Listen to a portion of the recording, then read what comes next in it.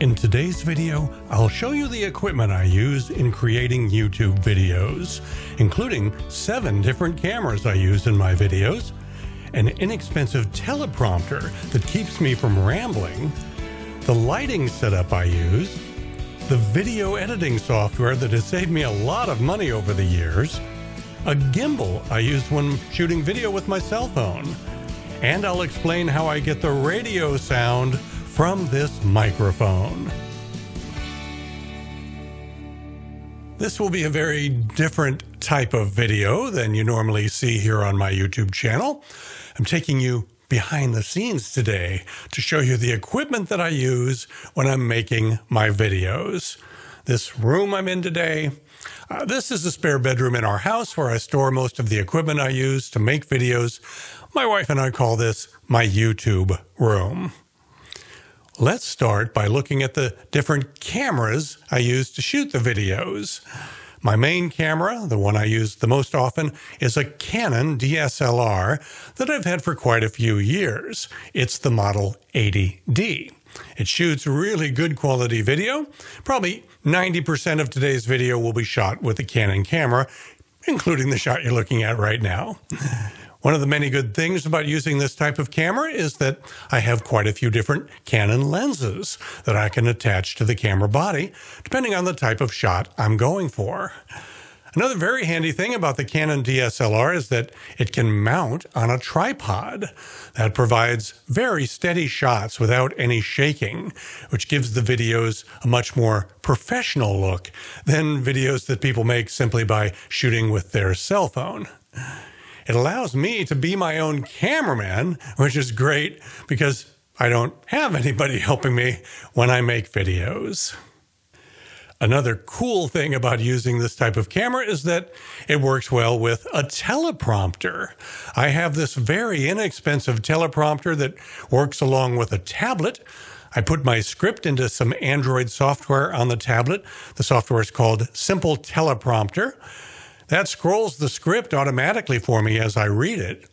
The one-way mirror in the teleprompter allows me to see the script as I look into the lens, but because it's only a one-way mirror, my camera behind the mirror can still see and record me.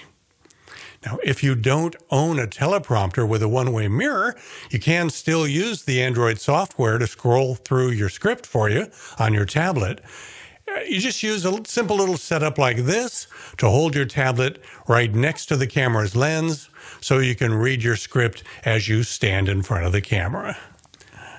I have a very small, very short tripod that comes in handy for some of my model train videos because it allows me to set my DSLR up just a few inches off the ground. Well, besides the big DSLR, another camera I use, especially when shooting videos on cruise ships, is the camera built into my Google Pixel cell phone. It shoots very high-quality video, and I can even shoot in 4K resolution, something that my Canon DSLR can't do.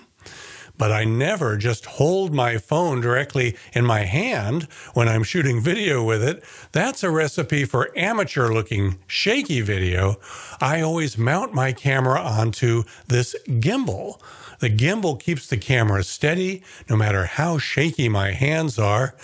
And when I do want to pan the camera from one side to the other, I get a very steady, professional-looking shot thanks to the gimbal. This is the DJI OM3 gimbal, an older model. If you want a gimbal, get the new model, the OM6. I'll put a link up in the corner of the screen if you'd like to buy the new DJI gimbal for your phone. I also have several GoPros that I shoot video with. The GoPros are very useful in certain situations because they're so small, it makes it very easy to mount them onto a train, for example. They're also waterproof, so if I'm shooting in a wet situation, a GoPro is the perfect camera. Also, GoPros can shoot at very high frame rates, which is fantastic for shooting things that move fast, so that you'll have the best quality slow motion playback in your videos. Another thing I like about the GoPros is that they have a super wide angle setting. They call it Super View, When I'm shooting a cabin tour on a cruise ship and I'm trying to show something that's really cramped, like a closet or a bathroom, the super view wide-angle setting on the GoPro is really handy. Whenever I upgrade to a new GoPro, I always keep the old one too, because every now and then it helps to have a few GoPros available, like in that model train race video I did recently, where I used multiple GoPros placed at different spots along the racetrack. I'm really glad I kept this one. This is the GoPro Hero 5 Session, a really old model. But they don't make GoPros this small anymore, so I often use this old one instead of the newer ones. It's fantastic for sticking onto the side of a model train. Some of the larger GoPros are so heavy that they'll tip over a model train, but this little Hero 5 Session does not. As you may know, I worked in radio for a long time during the 1970s and 1980s. When you hear me on one of my videos, whether I'm doing a voiceover or talking directly to the camera like this, I want the sound of my voice to have that radio sound. And it really just takes two pieces of equipment to get it. The first is the obvious one, this big broadcast quality microphone. I'm putting a link to it up in the corner of the screen if you're interested in getting one. It's the Electro-Voice RE20 microphone. This is a mic that radio stations have used for decades. It's basically the radio industry standard, and it has been ever since I got into radio, which was almost 50 years ago. Now, sometimes people ask me in the comments, why do I use such a huge microphone? You never see broadcast people using a mic like this, right? Why don't I just get a good lavalier mic that would clip onto my shirt and be almost out of sight? Well, two reasons. First, I like the visual of the big microphone. I think it gives people a clue that I'm an old radio guy. And using it so prominently in my videos is an homage to my radio days. But the equally important reason is that nothing sounds as good as one of these Electro-Voice microphones. There's a reason that for the last 50 years, this is the mic you tend to find in radio stations. It's got such a warm sound, a sound that really complements the male voice. But there's more to using one of these big radio mics than just plugging it into your camera or audio recorder. To get the special radio sound out of the mic, you really need to spend a couple of $100 extra on what is known as a sound processor. This is where you can add some expansion into the sound and a de-essing effect so that the mic doesn't freak out when you say words with an S sound in them. And you can also enhance certain sound frequencies, which in the case of the male voice allows you to enhance the sound of the low end a little bit and get that classic radio sound. The sound processor I use is made by a company called DBX. It's the model 286S. I put a link up to it in the corner of the screen. So you plug the mic into the DBX sound processor, and if you've got the right camera, like the Canon DSLR that I use, you can plug the sound processor right into a jack on the side of the camera.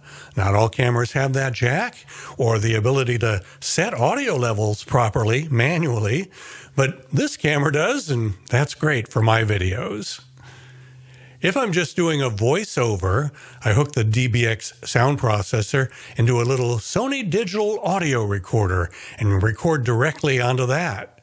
When I'm done, I plug the digital audio recorder into the USB port on my computer to download either a MP3 or a WAV file of the audio recording. Now let's talk about lighting for a minute.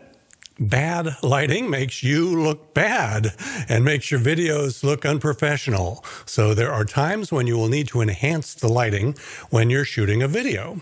For example, when I shoot a video here in my living room, and I'm talking to the camera like I am right now. It takes a little effort to get the lighting to look like this because there's a big picture window over there on my right side, and it's letting a lot of light in, and there are no windows over on this side, so that side of my face would naturally be dark, except for the fact that I've brought in two lights, one on either side, to light both sides of my face. That helps to make the video look good, like it does now. Now, there are all sorts of other YouTube videos that can show you how to add key lights and backlights to make things look even better. I don't want to go to all that work, so I just stick with the two lights, one on each side, and call it good. Now, you can't just shine a bare bulb and expect good results. You need to soften and diffuse the light, which is why I use this type of light, which is called a soft box. This little diffuser on the front that attaches to it is the key to that nice, soft, diffused light. Also, if you're shooting in a room like this where there is a lot of daylight coming in through the windows, it's critical that the bulb in your lighting kit is making the same color temperature of light as what's coming through the windows. The light coming in from outside is a very white light. It's not a yellow light like most fixtures in a house would be. Well, so the light that you use to enhance your lighting in your video needs to be a white light, like what's coming in from outside. So that calls for what's known as a daylight bulb, or in other words, a bulb with a color temperature of around 6000 K. The last aspect of creating videos that I want to talk about is software for editing the videos on your computer. I've been editing videos for many years, long before I had a YouTube channel, and video editing sure has come a long way. But video editing software can be expensive. I just never wanted to spend hundreds of dollars on software like Adobe Premiere or Final Cut Pro. It always just seemed way overpriced to me. So 6 years ago, I got started using a much more affordable video editing software, which is called Video Studio Pro by Corel. It costs a lot less than the big names, and years later, I still like it, and it works well for me. You can download a trial version for free at videostudiopro.com. I've made over 650 videos for YouTube since I started my channel 14 years ago in December of 2008. Of course, my videos have gotten a lot better over the years as I've learned and improved. I've had over 350 million views of my videos on YouTube, so I guess I'm doing okay. In this video today, I thought you might like to see the equipment I use, and I sure hope you found the information useful. Patreon is basically the tip jar if you'd like to thank me. Go to patreon.com/JimZim, and for as little as $1 a month, you can help me pay for all this expensive stuff that I use to make these YouTube videos. I'm Jim Zim. Thanks for watching.